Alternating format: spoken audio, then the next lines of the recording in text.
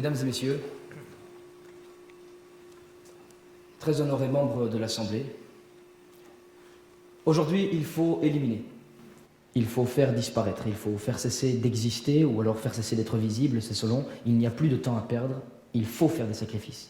There is no alternative. C'est ça l'histoire qu'on se raconte. C'est important les histoires qu'on se raconte. Les histoires qu'on se raconte sont à vrai dire de la plus haute importance, elles sont capitales, comme l'est votre avis. Votre avis, mesdames et messieurs, très honorés membres de l'Assemblée, est d'une importance capitale. Ça fait peur. Ça fait peur. Mais les histoires qu'on se raconte, parfois, ça fait peur.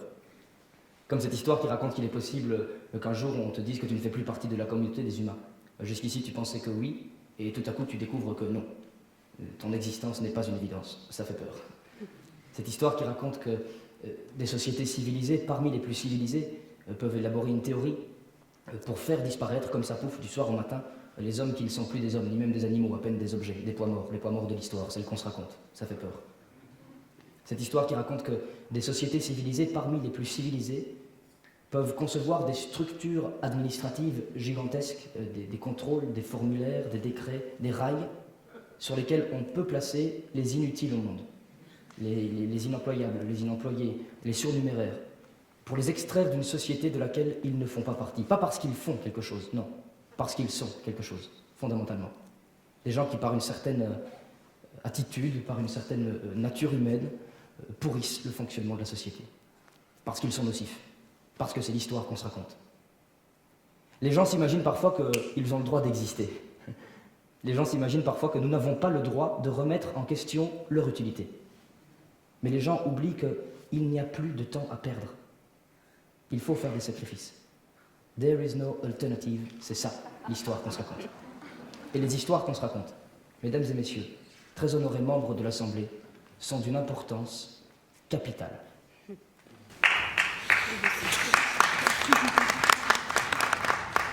Ma femme et moi, nous habitons au 6e étage d'un immeuble à appartements.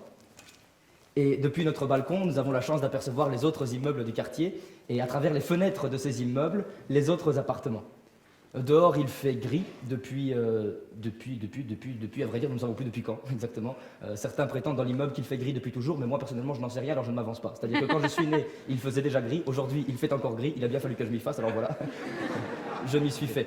Nous avons bien songé un jour à déménager avec ma femme, mais d'après le propriétaire de mon appartement, oui, je dis mon appartement alors que je ne suis que locataire de mon appartement, mais mon appartement c'est comme ça qu'on dit, d'après le propriétaire de mon appartement, notre quartier serait l'un des moins gris de toute la ville. Nous avons donc beaucoup de chance d'y vivre, ma femme et moi, et pour des raisons éthiques, nous nous interdisons de le nier. Et puis surtout que de temps à autre, quand on s'avance au balcon, on a la chance d'apercevoir une éclaircie. Le ciel se dégage comme ça. Bon, tout le monde, bien sûr, ne peut pas apercevoir la même éclaircie en même temps. C'est-à-dire que toutes les façades de tous les immeubles ne peuvent pas toujours être concernées par toutes les éclaircies, n'est-ce pas? Ce serait bien trop simple. Dans mon quartier, l'architecture est ancienne et complexe, et évidemment, il y a beaucoup de zones d'ombre. Néanmoins, il y a un certain système de tournante au niveau des éclaircies. Si bien que tout le monde, un jour, dans sa vie, a déjà vu une éclaircie, ne serait-ce qu'une toute petite. Je veux dire, les gens qui disent « Non, moi, j'ai jamais vu d'éclaircie, même pas une toute petite », ce sont des gens de mauvaise foi. J'aime mon quartier. J'aime mon quartier, y compris ses coins les plus sombres. J'aime mon immeuble, y compris ses coins les plus sombres. J'aime mon appartement, y compris ses coins les plus sombres. Et j'aime ma femme, y compris.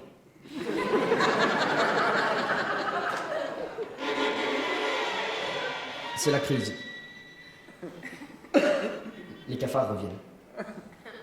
Malgré les éradications menées par le passé, malgré toutes les précautions prises, ils passent toujours à travers les mailles. Ils intègrent à nouveau les caves de l'immeuble et ils grimpent vers les étages supérieurs. Les cafards sont des insectes extrêmement méfiants. Évidemment, ils montent parce que plus il fait chaud, mieux ils se portent. Et mieux ils se portent, plus ils se reproduisent. Et ils se reproduisent, les cafards, à une vitesse effroyable. Ils sont coriaces, robustes. Un cafard décapité, par exemple, peut survivre pendant plusieurs semaines. Un cafard peut rester un mois sans manger ni boire. Le pire pour moi, ce sont au niveau des excréments, ce sont les excréments qui indiquent que les cafards se sentent en sécurité. C'est-à-dire que plus il y a d'excréments, plus ils se sentent... c'est effroyable. Les périodes de crise dans mon immeuble comme celle-ci sont récurrentes, presque étrangement cycliques. Je pense qu'il faut régler le problème en profondeur, le désinfecter à la source. Hier, de bon matin, je me lève, je me lave, je me rase, je me vais, je m'en vais, je sors de l'appartement pour me rendre au bureau, et je décide de ne pas prendre l'ascenseur, mais d'emprunter la cage d'escalier.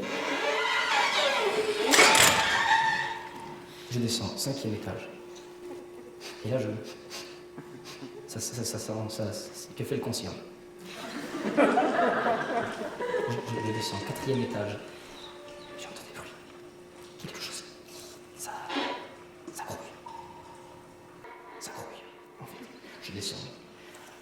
Arrivé entre le 3e et le 2e étage, je suis bloqué. C'est-à-dire que là, je parviens plus à avancer. Il y a posé sur 6 ou 7 marches par lequel l'escalier obstrue le passage. Et sur le matelas, un cafard. Mais un énorme cafard. Un cafard. Il dort sur un matelas. Chut. Il dort. Il dort sur un matelas dans la cage d'escalier.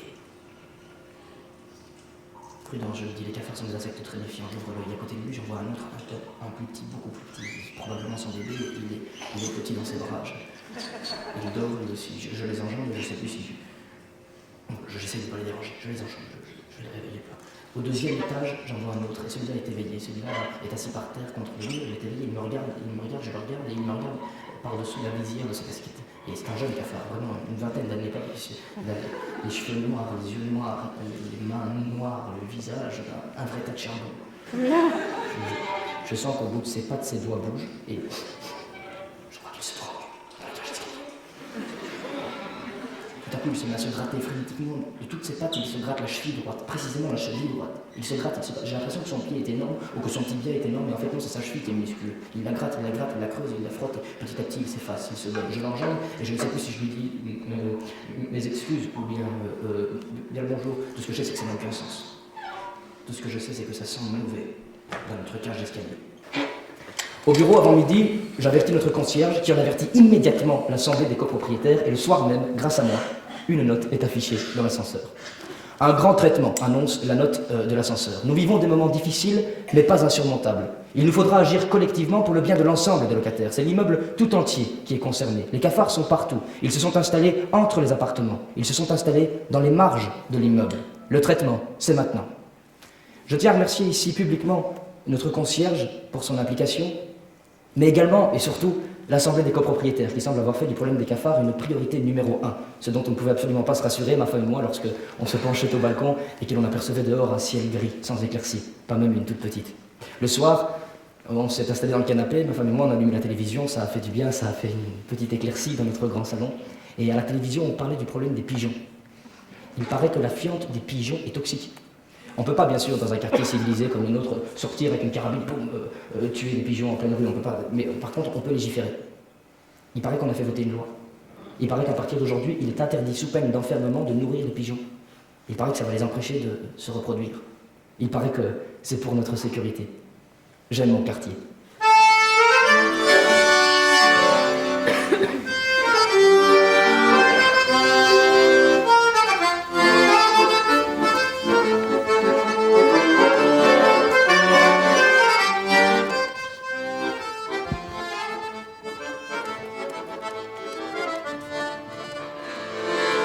Je m'appelle José Antonio. Je porte mon nom en hommage aux mines de San José et de San Antonio, que je n'ai absolument jamais vues, mais dans lesquelles mon grand-père a travaillé toute sa vie et mon père en partie. San José, San Antonio, José Antonio, c'est comme ça que je m'appelle. Je suis bûcheron, pêcheur en mer et chercheur de dinosaures. Ma famille vient des barriadas, les baraquements qui ont poussé au bord des fleurs de mine, de sorte à ce que tout le monde vive à 4 minutes à pied maximum de l'ascenseur. Pas d'emboute, pas d'emmerde, pas de retard, rien. Tu te lèves, tu sors, tu descends, tu remontes, tu rentres, tu dors. Tu te lèves, tu sors, tu descends, tu remontes, tu rentres, tu dors. Être mineur, à vrai dire, c'était clair comme de l'eau de roche. Les barriadas, ça renforçait la productivité de la mine, c'est vrai, mais c'était sans compter la bière au bar des mineurs. La bière, elle renforçait cette espèce de tas de charbon qui trinquait à la fin de la journée. Un tas de charbon qui nourrissait quelque chose qu'ils appelaient entre eux une conscience de classe. Mon grand-père disait ceci: Nacimos mineros, moriremos mineros. On est né mineur, on mourra mineur. C'est du fond des mines que mon grand-père a tiré sa fierté et ce qu'on a appelé dans la famille notre sens des responsabilités. Un jour, coup de grisou. Mon grand-père reste enfermé dans un puits pendant plusieurs semaines et au fond de son trou, pris comme un rat dans le noir, il ferme les yeux et il se force à rêver. Il rêve du moment où la terre ouvrira ses entrailles pour le propulser dans la lumière du jour et le faire enfin renaître à nouveau. Il rêve de l'ascenseur. Pas celui qui descend, celui qui monte. Au fond de son trou, mon grand-père n'a qu'un seau d'eau non potable pour attendre que la mort vienne le cueillir endormi dans ses rêves d'ascenseur. Et il disait, si tu glissais ta main dans le seau, elle ressortait noire. Elle avait la couleur de l'huile, elle avait la couleur du charbon. C'était l'eau pour travailler, José Antonio. Et cette eau noire, José Antonio, elle t'a donné la vie. Et il était fier. Il était fier. Quand un beau jour, mon grand-père est sorti de son trou, pour s'excuser de s'être effondré sur son pauvre dos, la mine lui a accordé immédiatement sa pension. Et ils m'ont laissé sortir. Et moi, il me restait 7 mois. Mais ils m'ont laissé sortir. Les médecins, ils m'ont dit, allez-y, monsieur. Et moi, il me restait 7 mois. Mais ils m'ont laissé sortir. Et il était fier. Il était fier comme un rat. Il était fier parce que l'État prenait soin de lui. Et ça renforçait son égo de mineur. Il disait, ah oui, c'était une dictature. Mais là, c'était une belle dictature. Sa pension, il ne l'a touchée que pendant 5 ans parce que, après 3 années debout et 2 au lit, la silicose l'a emporté. Mais je me souviens que quand mon grand-père a fermé les yeux pour la dernière fois, il était heureux, il était fier comme un rat. Il était fier comme un mineur qui a touché sa pension jusqu'à sa mort. Plus tard, ce que tout le monde a appelé le décret est arrivé. Et alors le décret, c'est ce qui a provoqué la fermeture du tout dernier puits de la toute dernière mine à San Antonio. Le charbon avait disparu, comme ça, pouf, du soir au matin. Un mensonge, bien sûr, une histoire qu'on raconte. Le charbon n'avait pas cessé d'exister. Le charbon, on l'avait fait disparaître. Le charbon, il n'était plus rentable. C'était un véritable drame. Mon père, qui était né mineur, ne mourrait pas mineur. Trabaja, niño, no te pienses que sin dinero vivirá. Junto al esfuerzo y la hora, abrete paso y ya verán cómo la vida te depara, buenos momentos te alzarás sobre los pobres y mezquinos que no han sabido descollar. Me lo decía mi abuelito, me lo decía mi papá, me lo dijeron muchas veces, lo olvidaba muchas más. Me lo decía mi abuelito, me lo decía mi papá, me lo dijeron muchas veces, yo lo olvidaba muchas más. Mon père dit que les décrets, tout le monde les suit. Et que les décrets, si tout le monde les suit, c'est sans doute parce qu'un jour il a été décrété que les décrets, tout le monde devait les suivre, c'est comme ça, point. Mon père, il a suivi l'immigration organisée, celle qui a tiré les mineurs abandonnés du fond du puits et qui les a traînés jusqu'à la Cité de l'Acier. La Cité de l'Acier, c'est une espèce de grande famille dans laquelle tout le monde a le même papa. Une histoire qu'on raconte.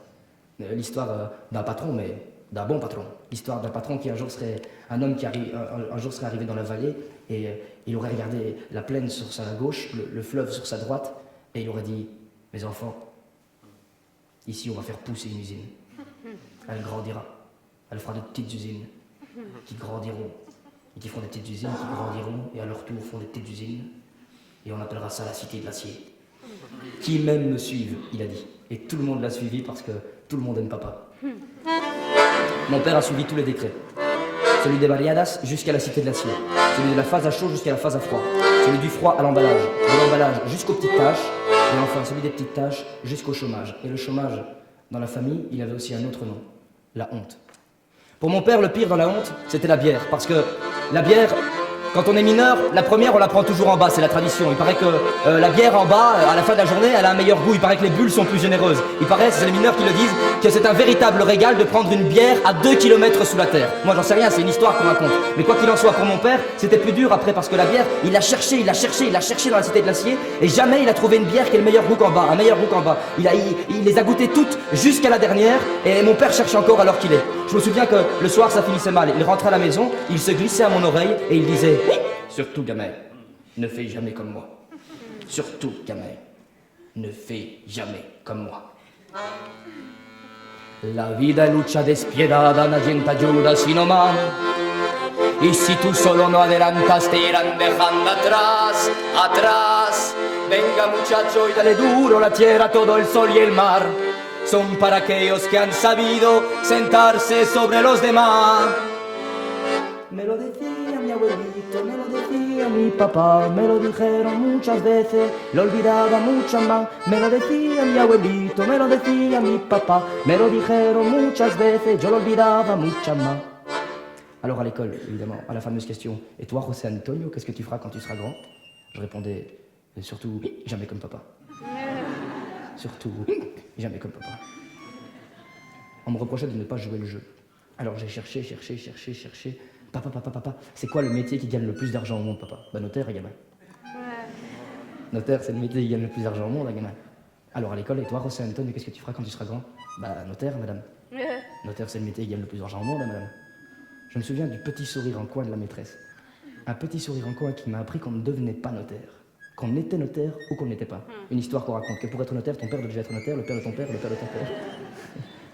J'ai cherché. La nuit, au fond de mon lit, pris comme un rat, dans le noir, je fermais les yeux et je me forçais à rêver. Je rêvais de l'ascenseur, pas celui qui descend, celui qui monte. Dans la cour de récréation, j'avais de fabuleuses discussions avec Christophe Lignard. Et Christophe Lignard, c'était mon plus grand camarade de classe. Christophe Lignard, il était le fils de Serge Lignard, et Serge Lignard était chef d'entreprise indépendant. Et donc à la fameuse question, et toi Christophe, qu'est-ce que tu feras quand tu seras grand? Christophe Lignard répondait très simplement, chef d'entreprise indépendant, et souvent il rajoutait, comme papa. C'est très simple, il disait le père Lignard. Dans la vie, il y a des chercheurs d'emploi et des offreurs d'emploi. Les chercheurs d'emploi, ils cherchent de l'emploi, et les offreurs d'emploi offrent de l'emploi aux chercheurs d'emploi qui demandent de l'emploi. Le père Lignard, il connaissait très très bien les choses de la vie, et c'est pour ça qu'on l'écoutait comme à la messe. Et c'est intéressant ce qu'il dit ton père Lignard, mais il pense quoi exactement des chercheurs d'emploi? C'est très simple, il dit mon père.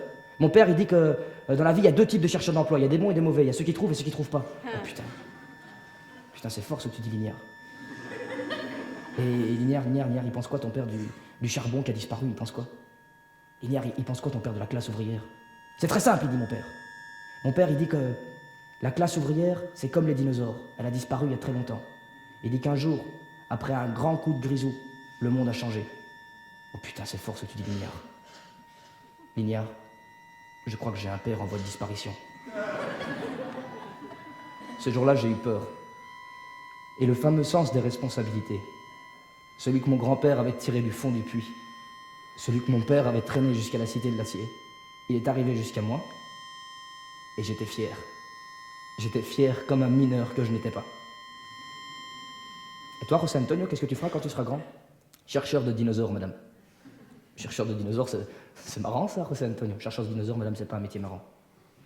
Chercheur de dinosaures, José Antonio, c'est pas un métier. Chercheur de dinosaures, madame, ça demande beaucoup de travail.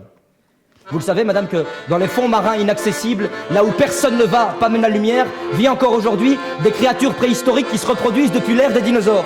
Vous le savez, madame, que dans certaines régions du monde, là où personne ne va, pas même la lumière, sont encore maintenues aujourd'hui les conditions nécessaires pour la survie de la classe ouvrière, le nécessaire pour qu'ils puissent se reproduire et travailler pour le monde. Vous savez, madame, un vieil homme m'a dit un jour, nous cherchons tous le ptérodactyle qui nous emmènera dans une réalité mieux adaptée à nos désirs que celle qui nous est imposée. Cet été, je suis parti au Mexique, madame, j'ai cherché, j'ai pêché, j'ai bûché et j'ai trouvé des pistes très intéressantes, madame, révolutionnaires. C'est un emploi, José Antonio, que tu dois chercher.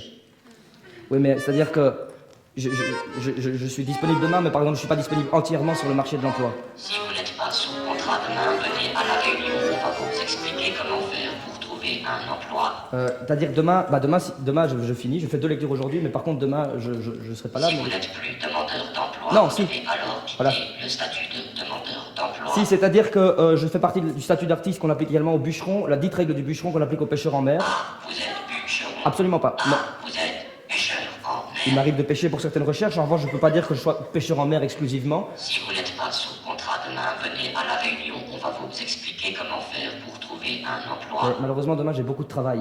Donc, si vous n'êtes plus demandeur d'emploi, vous devez alors quitter le statut de demandeur d'emploi. Je compte rester demandeur d'emploi, mais je ne demande pas... Vous êtes bûcheron? Non, vraiment. Vous êtes pêcheur en mer? Non, je ne suis pas pêcheur en mer. Si vous n'êtes pas sous contrat demain, venez à la réunion, on va vous expliquer comment faire pour trouver un emploi. Alors, écoutez, demain, je travaille et donc... Vous êtes bûcheron? Non. Ah, vous êtes pêcheur en mer? Parfois. Ah, demain, merci. À vous.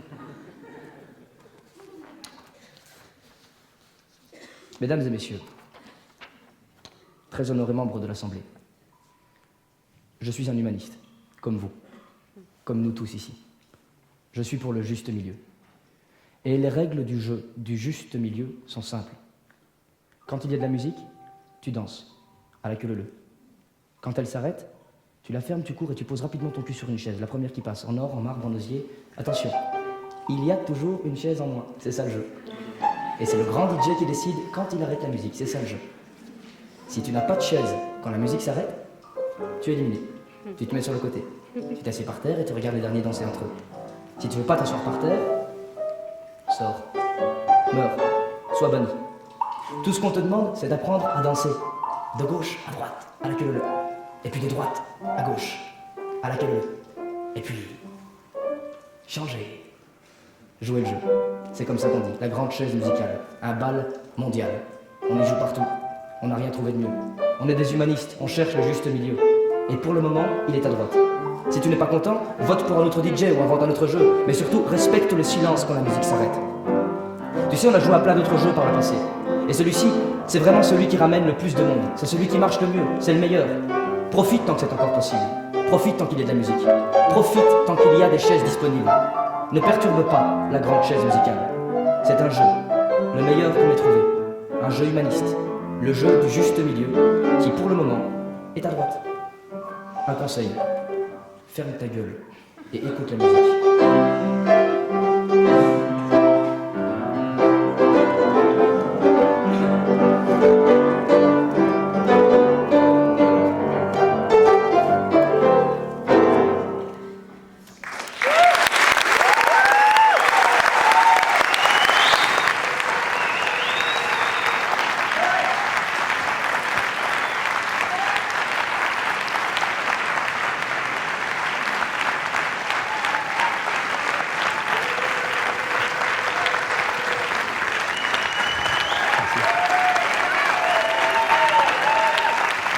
Merci beaucoup.